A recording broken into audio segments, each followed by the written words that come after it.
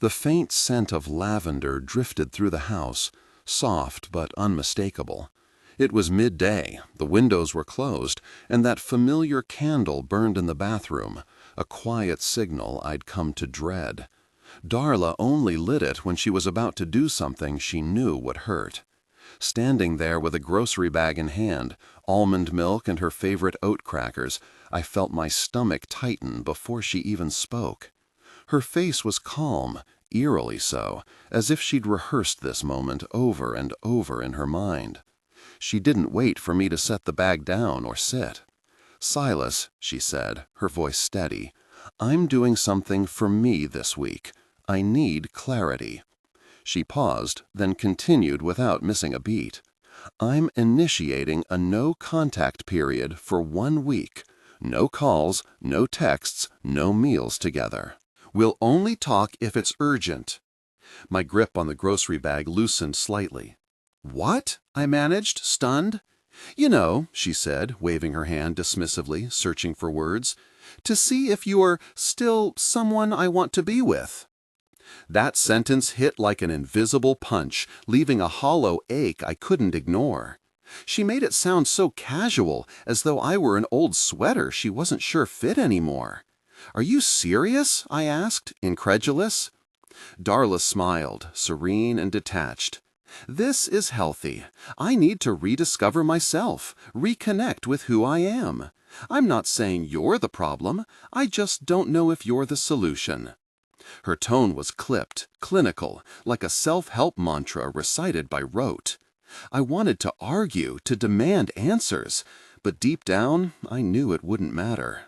Arguing with Darla felt like shouting into a void. Nothing ever came back. So instead I nodded, silent, watching as she packed a small overnight bag. Not enough for a real departure, but enough to remind me she was still calling the shots. Then she left, taking the lavender scent with her, leaving behind silence, a cold coffee mug, and a week to wonder what exactly I had lost. Sleep eluded me that night. Memories looped endlessly in my mind. Our awkwardly beautiful wedding in the garden she adored, the cat we buried last year, the laughter at my pancake disasters. Where had it all gone wrong? Was I too boring? Too clingy? Too much? Not enough? I checked her social media, but there was nothing. No posts, no hints. Still, something told me this supposed journey of self-discovery wasn't quite solo. Then came day 1, 11:02 a.m. My phone buzzed with a message from Darla. "Can we talk? I made a mistake. I want to take it back." One day. It took her less than 24 hours to second-guess her grand plan. But by then, it was already too late. In those hours, I stumbled upon something she hadn't intended to reveal, and it changed everything. When Darla left, she forgot her laptop.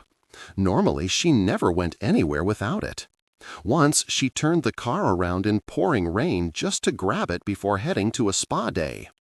But this time, she left it behind. At first, I didn't mean to snoop. I opened it looking for the grocery list she'd typed out. The screen lit up immediately. No password, no lock screen, just a blank welcome page. Maybe it was deliberate. Maybe part of her wanted me to look. Whatever the reason, I found myself staring at truths I wasn't prepared to face. The first thing that caught my attention was an open messenger window. Her conversation with someone named Olive stared back at me. Except Olive wasn't who I expected. Shirtless selfies and male voice notes filled the chat. The messages weren't overtly romantic, but they oozed familiarity. Inside jokes, shared grievances, timestamps marking late-night exchanges. One line stood out. "This week will tell me everything if he doesn't change." Another replied, "Well, I already have clarity." I sat there, frozen, not from anger or jealousy, but from shame. It felt like I'd been cast aside while they scripted my role in her story without me. She had claimed she needed space to find herself, but what she really meant was testing me while someone else waited in the wings. I didn't respond to her message right away. Instead, I stayed on the couch, the faint scent of her candle lingering upstairs, letting the silence she craved envelop me. Only this time, it was my choice. Around 4 p.m., she walked back into the house. Just one day, that's all it took, not even 24 hours. She looked at me with wet, fragile eyes, as though expecting relief or comfort, as if I should be glad she'd returned. Overreacting? That's what she accused me of later. "It wasn't fair to you," she said. "I just needed a moment. You understand, right?" I asked her one question. "Who's Olive?" Her lips parted, but no words came out. That's when it hit me. She wasn't sorry for getting caught. She was sorry I knew. She stood in the doorway, blinking as if the question blindsided her. "Who's Olive?" I repeated, softer now, hoping calmness might coax honesty. Her mouth opened and closed, like she was sifting through excuses in her mind, unable to settle on one sturdy enough. "It's not what you think," she finally muttered. "I hate that phrase," I said. "People use it when it's exactly what you think. They rely on your emotional exhaustion to let it slide." "Then tell me what it is," I pressed. She moved to the kitchen counter, pouring water with trembling hands, as if she were the betrayed party. "He's just someone I met in a mindfulness group. It's nothing serious. We talk about spiritual clarity, our relationships, emotional support." I leaned back in my chair, staring at her. "So, a stranger is giving you relationship advice about me while sending shirtless selfies and voice notes at 2 a.m.? She flinched. I wasn't yelling. I wasn't crying. Maybe that unnerved her more than anything. "You told me you needed space to think," I said, "but you didn't mention having someone else ready to step in while I sat here silently, hoping you'd come back." She slammed the glass down harder than intended. "You don't understand. I needed a mirror, someone to show me what I deserve." "Did he show you that before or after you called me a placeholder?" She froze. Placeholder? That's what I'd become to her, a fleeting phase, waiting for something more promising to come along. She wasn't crying. She wasn't angry.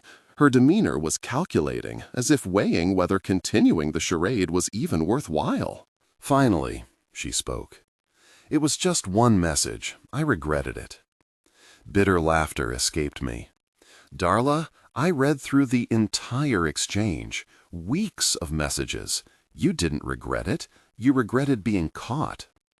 She turned her back to me, perhaps to conceal her face, or maybe to stop herself from saying something harsher. "Do you want a divorce?" she asked, her voice barely audible. I didn't respond. Not because I lacked an answer, but because I knew she didn't want to be the first to say it. And the scariest part? Neither did I.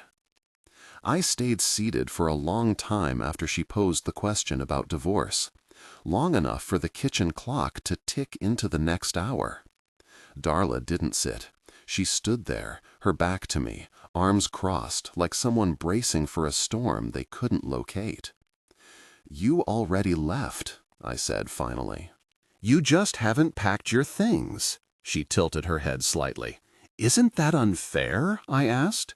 "You created distance, gave yourself space from me, tested what life without me felt like, while keeping a safety net tied around your ankle." She remained silent. Honestly, silence had become her preferred weapon. Once, she filled every room with noise, opinions, jokes, complaints, dreams. Now, each pause felt punitive, as though I was supposed to decipher which version of her I was dealing with today. I didn't sleep that night, not even for a moment.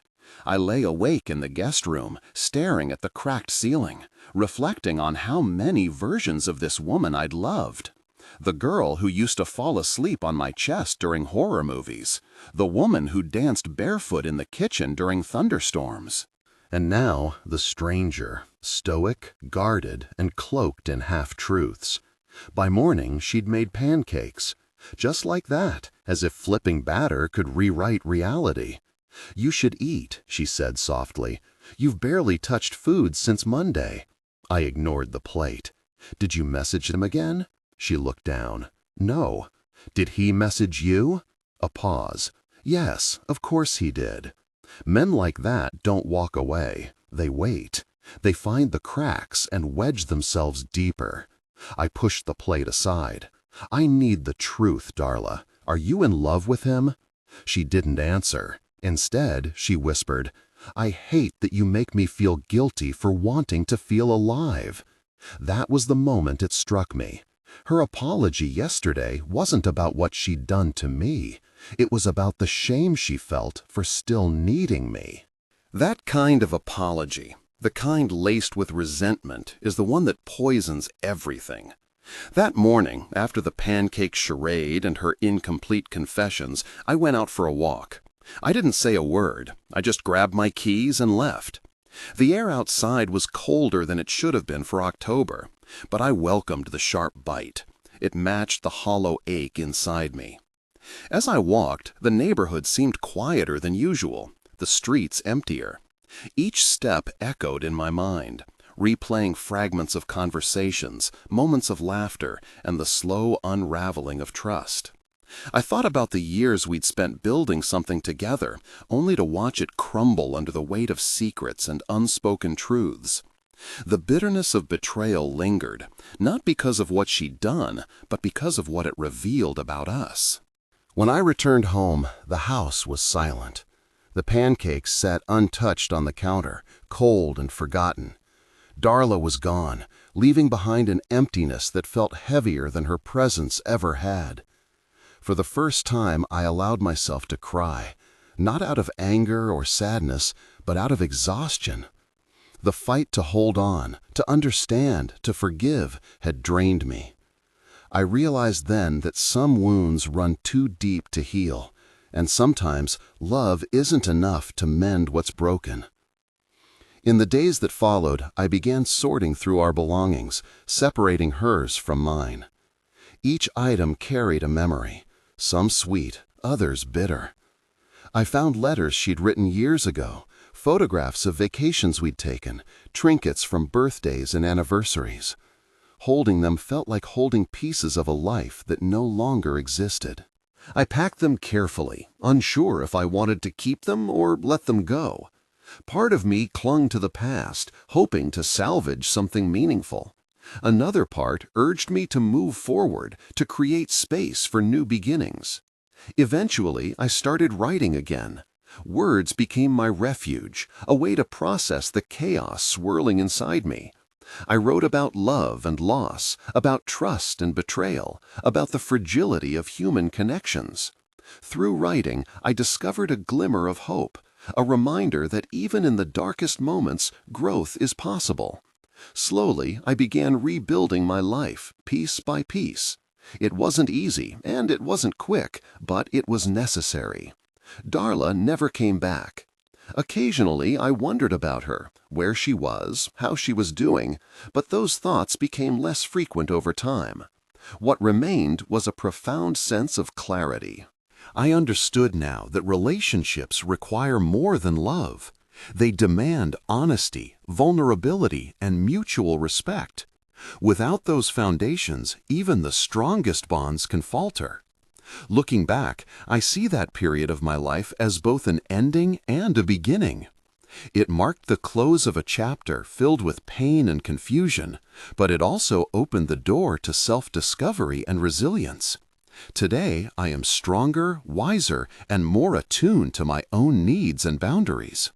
While the scars remain, they serve as reminders of how far I've come and how much further I can go. It struck me that I still had skin, something Darla seemed to have overlooked. I wasn't heading anywhere in particular. My feet carried me past the coffee shop where we used to linger on Sunday mornings, past the bookstore where she once pleaded with me to buy her an expensive hardcover she never even cracked open. Every step felt like pressing rewind, every street corner a reminder of a version of us that no longer existed. And the worst part? She seemed completely fine, as though guilt was just another emotion she could twist and mold into whatever suited her story.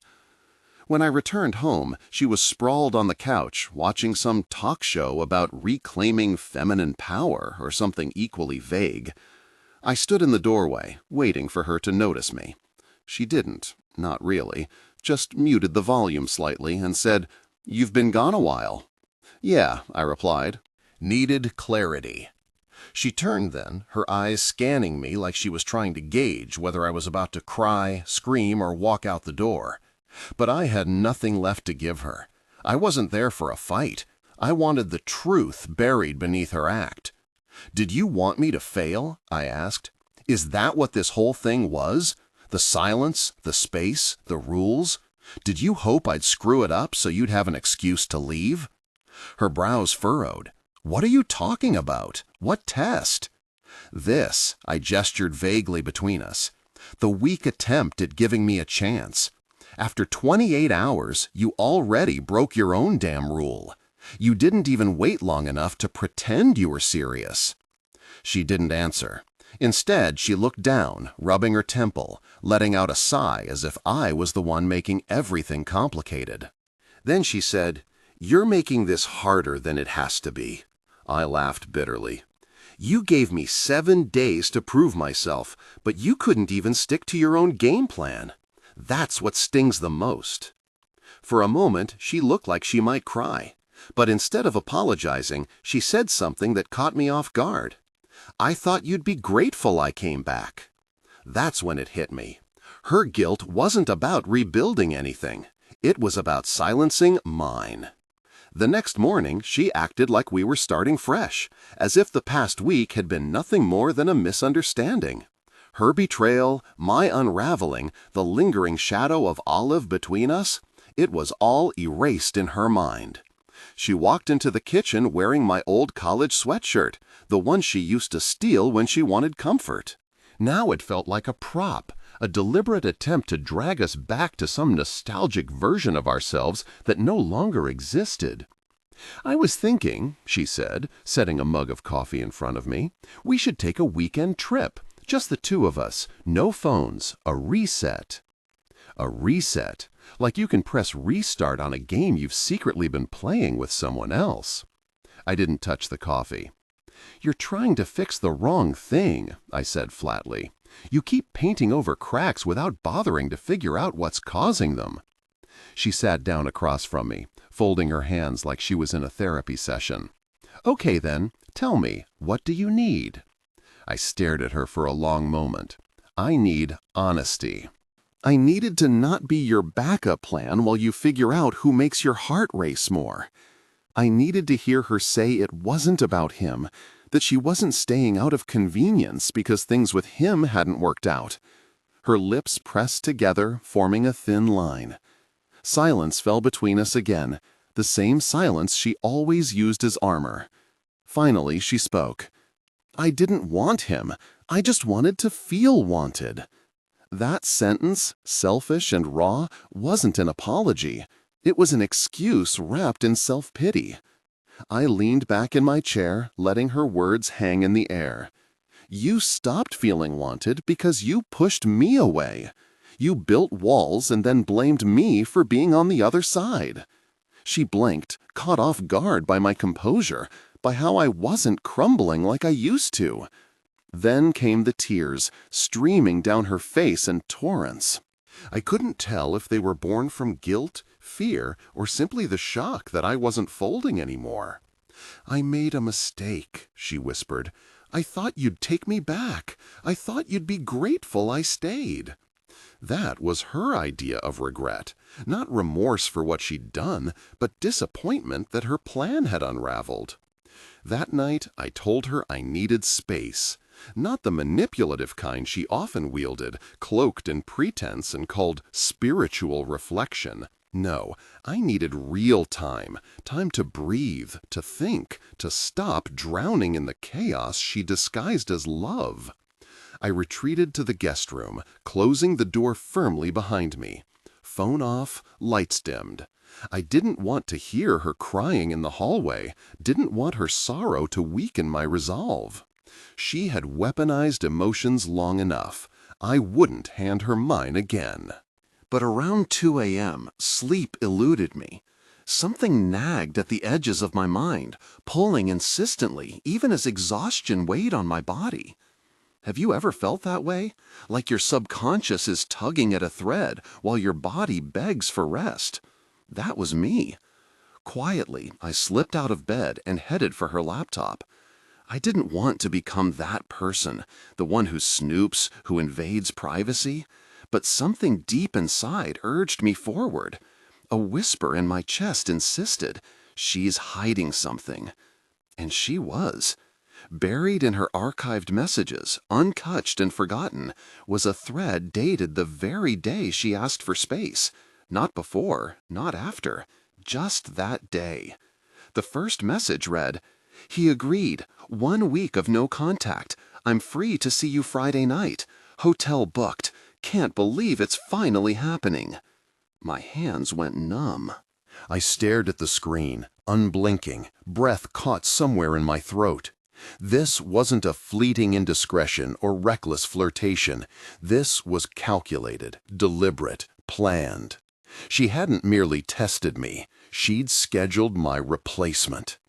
A follow-up message sent 3 hours later confirmed it. "He's been quiet all day. I think he suspects. But honestly, I don't care. I need this. I deserve this." I sat there in the dark, the glow of the screen casting shadows across the room, making everything feel surreal, cinematic. In that moment, anger didn't consume me. Heartbreak didn't overwhelm me. Instead, humiliation settled in, heavy and suffocating. All this time, I thought I was losing her gradually, piece by piece. But the truth hit me like a freight train. She'd already left. What remained now was nothing more than cleanup duty. Slowly, carefully, I closed the laptop, as though sealing shut a coffin lid. That night, I stayed silent, not out of fear she'd wake, but because a part of me had withered away, and I didn't want to disturb its passing. The next morning, there was no explosion of anger, no shouting or accusations. I simply sat across from her at the table, met her gaze, and said, "You booked a hotel room while asking me to vanish." She froze, unable to deny it. Her mouth opened as if rehearsed words were on the tip of her tongue. Yet this time she chose silence. She only nodded before whispering, "I never thought you'd find out. It wasn't supposed to happen like this." "You wanted me quiet enough to make your guilt easier to bear," I replied. Tears welled up in her eyes again, but they didn't move me anymore. They felt mechanical, like an automatic response when the truth became too sharp to face. "I'm sorry," she muttered for what must have been the 100th time. But even then, I realized apologies mean little when actions speak louder. I had spent so long chasing validation, seeking proof that I mattered. Yet now, faced with undeniable evidence, all I felt was emptiness.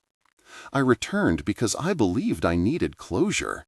In reality, I already carried everything essential within myself. Instead of comfort, though, it left me feeling used, like a backup plan rather than a priority. Still, I didn't react impulsively. No dramatic exits, no revenge plots, no public shaming. I let the truth linger between us like a broken clock, frozen at the exact moment everything shifted. In the weeks that followed, something unexpected happened. I didn't collapse under the weight of betrayal. I didn't crumble into pieces as I'd imagined. Slowly, I began rediscovering parts of myself I'd neglected.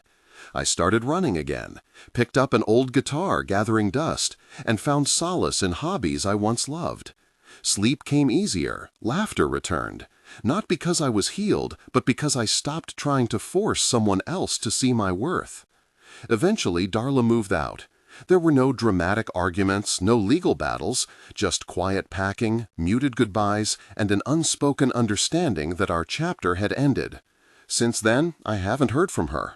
Occasionally, though, when I pass by that hotel downtown, I catch myself smiling. Not out of bitterness, but because I remember the precise instant I stopped being someone's fallback option and began standing firmly on my own 2 feet. It's strange how clarity sneaks up on you. How often do we realize someone only returned because their plan B unraveled? What would you have done? Would you have fought for answers, walked away immediately, or sought justice in some form? Everyone has a breaking point, a moment when self-preservation outweighs loyalty. Mine came disguised as heartbreak, but it turned out to be liberation. Stories like these remind us that strength isn't always loud or obvious. Sometimes it's choosing peace over chaos, growth over resentment. Every journey starts with a single step, even if that step is taken in silence. So tell me, have you ever discovered you weren't someone's first choice? How did you handle it? Your experiences matter, and sharing them might help others find courage in their darkest moments.